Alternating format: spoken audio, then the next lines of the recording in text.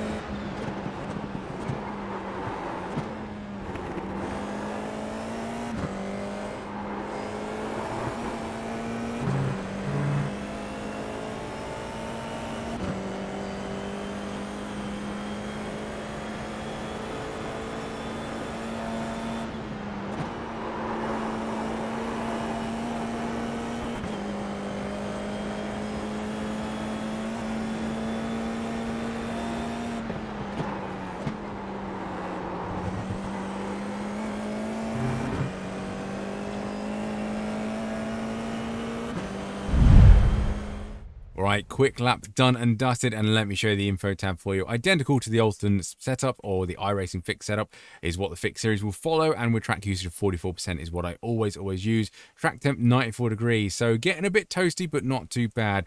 Keep them rear tyres in check will be my advice. Lap I'm actually going to show you is, where is it? Lap 14. We may have had a few spins, which is a mid 130, so it's a 130.563. Now we did go a little bit faster, that's annoyingly behind my head again. It always seems to be behind my head recently.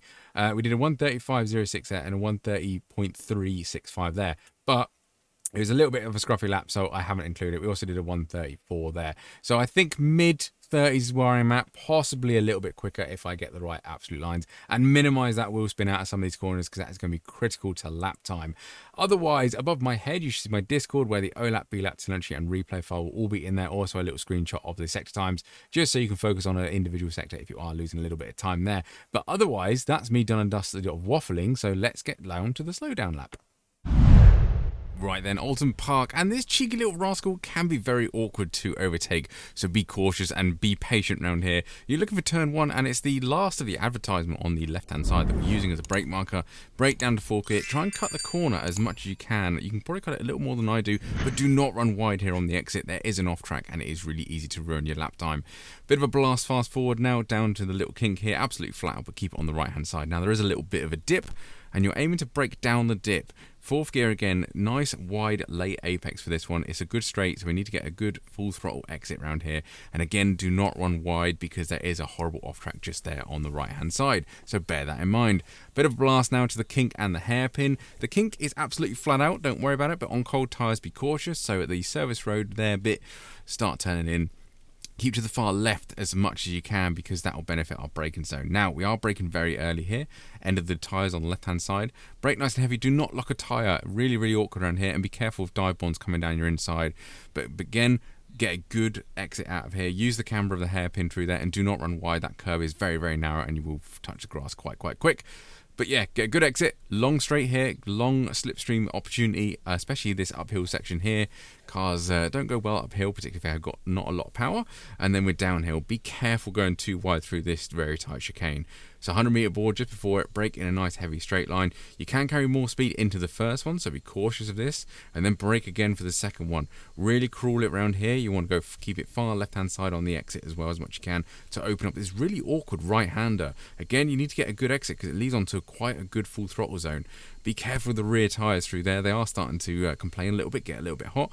But we are coming up now to the back end of the circuit. There's S's through here, so if you are going too wide, just make sure you keep left or keep right and be sensible. Now there's another little dip here. It's very, very subtle, but just so we hit the bottom of the dip and flatten out, that's when we want to brake. Fourth gear, don't worry about too much of the first apex, but you want to clip this apex to get a good exit down here. It is very, very easy to push the first one and then run wide on the second one. The second one is by far the most important one to worry about. Anyway, this sign that's telling us to turn right, a good sort of 1 or 2 count afterwards, start standing on the brakes. Really, really awkward last corner this. You want to take it slower than you think. Make sure you clip the dirt just after the curb there and watch out for the oversteer. But it is very, very easy to understeer wide on that, so be careful of exit. A lot of people will be spinning there, so be cautious. But that is us done and dusted across the line, and we crossed the line with a 1:30.563. As mentioned in the intro, it's not my fastest lap, but it's definitely one of the more smoothest, which I like to show you, to be honest. Be careful, and opportunities to overtake around here will be few and far between, so be patient, make your move stick, and make it count. Otherwise, have a very good week, and I'll catch you on the next one.